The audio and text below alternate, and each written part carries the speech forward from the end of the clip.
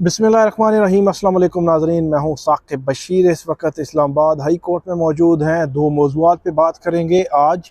साबिक़ वज़ीर आज़म नवाज़ शरीफ, उनके दो अपीलों पर समाअत थी। उस समाअत में क्या हुआ, क्या नवाज़ शरीफ जो है 16 दिसंबर जब इलेक्शन कमीशन की जानिब से शेड्यूल दिया जाना है 16 दिसंबर से पहले, तो क्या उससे पहले वो नाअहली ख़त्म करा पाएंगे? क्या उनकी दोनों अपीलों पर फैसला हो पाएगा? इस पर बात करेंगे। इसके अलावा साबिक़ वज़ीर आज़म इमरान खान, जिनके ख़िलाफ़ नाअहली का केस है, दो वज़ीर आज़म दोनों के ख़िलाफ़ नाअहली के केसेस, तो साबिक़ वज़ीर आज़म नवाज़ शरीफ और साबिक़ वज़ीर आज़म इमरान खान, जिनकी तोशा खाना फौजदारी केस में जिनकी नाअहली है और उन्होंने फ़ैसला मुअत्तल करने की इस्तदा कर रखी है। तो बहुत इंपॉर्टेंट है कि क्या इस्लामाबाद हाई कोर्ट दोनों केसेस को एक ही नज़र से देखेगी या अलग अलग जो है वो उनको ट्रीट किया जाएगा? बहुत इंपॉर्टेंट। सबसे पहले हम बात कर लेते हैं साबिक़ वज़ीर आज़म नवाज़ शरीफ के दो अपीलों की। आज उन पर चीफ जस्टिस आमिर फ़ारूक और जस्टिस मियां गुल हसन औरंगज़ेब ने समाअत की है। आज की समाअत में जो नून लीग की लीडरशिप है, मरियम नवाज़ के अलावा तकरीबन आलमोस्ट वो कमरा अदालत में मौजूद थे। शहबाज शरीफ, ख्वाजा आसिफ और दीगर जो रहनुमा मौजूद थे। जब समाअत शुरू हुई तो आज़म नज़ीर तारड़ और अमजद परवेज़ जो है वो रोस्ट्रम पे आ गए। उन्होंने अदालत को ये इस्तदा की कि इसमें एवन फील्ड रेफरेंस में जो अपील है, उस अपील पे हम पहले बात करना चाहते हैं और उसके बाद हम दूसरी अपील पे आएंगे। तो अदालत की जानिब से ये कहा गया कि आज हम ये तय कर लेते हैं कि इन अपीलों पर हमने इन अपीलों को चलाना कैसे है, इन अपीलों पर समाअत कैसे आगे बढ़ेगी और इन अपीलों को कैसे जो है वो हम आगे लेके चलेंगे। और उसमें जस्टिस आमिर फ़ारूक, उनका मुकालमा भी हुआ आज़म नज़ीर तारड़ से। तो आज़म नज़ीर तारड़ इस बात पे फोकस थे कि जो एपलांट हैं, जिन जो अपील कुनिंदा हैं नवाज़ शरीफ, उनके हुकूक इस मामले में जो है वो इन्वॉल्व हैं और वो इशारा कर रहे थे इलेक्शन की तरफ। तो कि इलेक्शन से पहले इस केस का फैसला आना ज़रूरी है ताकि उनकी जो नाअहली है वो ख़त्म हो सके। तो इस पर justice Aamir Farooq, chief justice Aamir Farooq ने कहा कि ठीक है, वो हमारे मद्देनज़र है, वो हम देख लेंगे। उसके बाद अदालत की जानिब से उनसे टाइम भी पूछा गया कि आप कितना टाइम लेंगे।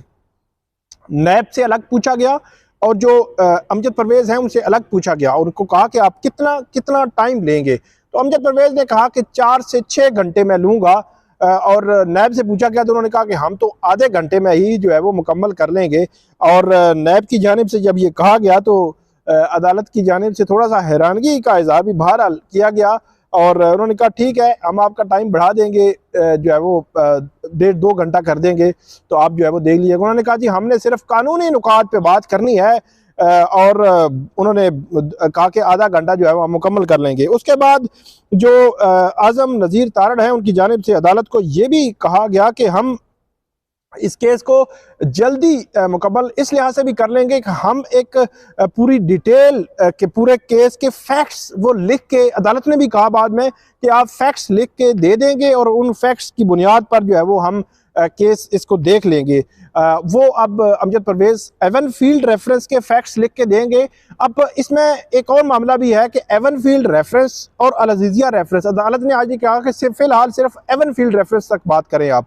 अल अज़ीज़िया रेफरेंस की क्योंकि अपीलें आज तक मेरिट पर नहीं सुनी गई, एवन फील्ड की मरियम नवाज़ और नवाज शरीफ की सुनी गई हैं, तो इसलिए एवन फील्ड की बात करें, अल अज़ीज़िया की बात ना करें। फिर बेंच की तश्कील का मामला आया तो अदालत ने कहा कि इससे कबल दूसरा बेंच था अल अज़ीज़िया रेफरेंस में, क्योंकि दूसरे बेंच में मतलब चीफ जस्टिस के साथ जस्टिस मोहसिन अख्तर कियानी थे, तो वो सुनते रहे। तो उन्होंने कहा कि अब वो भी हमें देखना है। फिर अदालत में जो आज़म नज़ीर तारड़, इस पे थोड़ा सा अदालत को कन्विंस करने की भी उन्होंने कोशिश की कि यही जो है वो बेंच, उन्होंने कहा कि बेंच का मामला चीफ जस्टिस है या चीफ अगर जो सरबराही कर रहा है वो मौजूद हो तो वो सुन सकता है।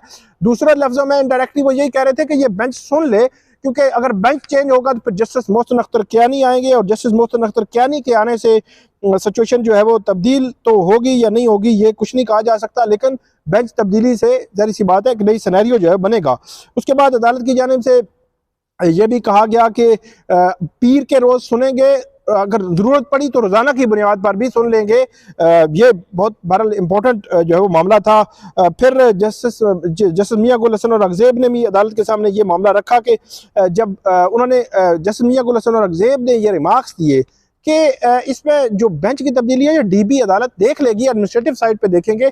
अब बेंच तब्दील होगा या नहीं होगा, पीर के रोज समात आगे बढ़ेगी। 16 दिसंबर डेडलाइन है, क्या उससे कबल दोनों अपीलें निपटा लेंगे? तो नैब क्योंकि बज़ाहिर बिल्कुल रिलैक्स है, नैब कह रहा है हम थोड़ा सा टाइम लेंगे, तो इसलिए आप ये कह सकते हैं कि ये तो अपीलें निपटा लेंगे और इन दोनों केसेस में नवाज शरीफ की नाअहली इलेक्शन से पहले खत्म होती जो नजर आ रही है। इमरान खान के केस की अब बात कर लेते हैं कि साबिक वज़ीर-ए-आज़म इमरान खान, उनके खिलाफ तोशाखाना फौजदारी का केस है। इस केस में भी बहुत अहम मामला ये है कि 5 अगस्त को उनको जो सेशन जज थे, एडिशनल सेशन जज हुमायूं दिलावर, उनकी जानिब से इमरान खान को 3 साल कैद और जुर्माना की सज़ा सुनाई गई थी, जिसके बाद इलेक्शन कमीशन ने इमरान खान को नाअहल करार दिया था 5 साल के लिए। अब इमरान खान इस्लामाबाद हाई कोर्ट आए थे, तो इस्लामाबाद हाई कोर्ट ने उनकी जो सज़ा थी वो मुअत्तल कर दी थी और उनको ज़मानत पर रिहा करने का हुक्म दिया था। जिसके बाद जब वो रिहा हो चुके तो साइफर में गिरफ्तारी तो हो गई, लेकिन इमरान खान के वकला इस्लामाबाद हाई कोर्ट में आए, उन्होंने ये कहा कि जिस तरह अदालत ने उनका जो सज़ा मुअत्तल की है, ज़मानत पर रिहाई का ऑर्डर किया है, इसी तरह अदालत तोशाखाना का फैसला भी मुअत्तल कर दे।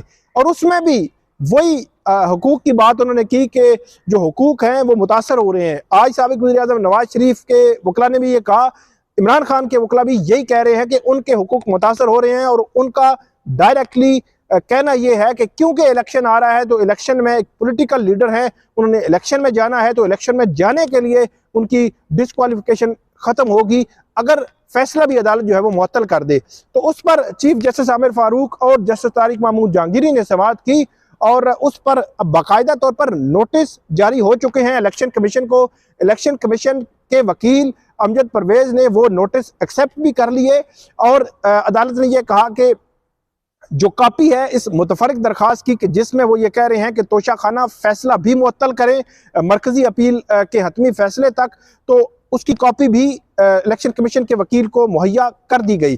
तो अब मामला आइंदा समाअत जो है वो आइंदा हफ्ते होनी है, इमरान खान के केस की भी और नवाज शरीफ के केस की समाअत भी आइंदा हफ्ते होनी है।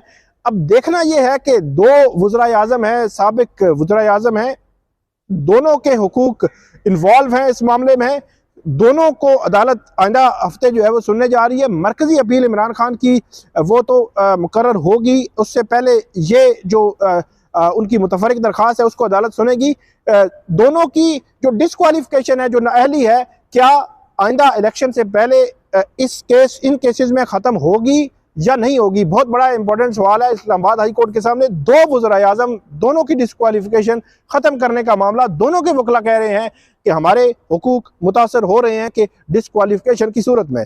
तो ये थी आज की इस्लामाबाद हाई कोर्ट की समाअत, 2 वज़ीर-ए-आज़म, दोनों की नाअहली। देखते हैं कि इस मामले में अब फर्दर क्या होता है, क्या डेवलपमेंट होती है। आप हमें फीडबैक इस पर ज़रूर दीजिएगा और कमेंट ज़रूर कीजिएगा। बहुत शुक्रिया।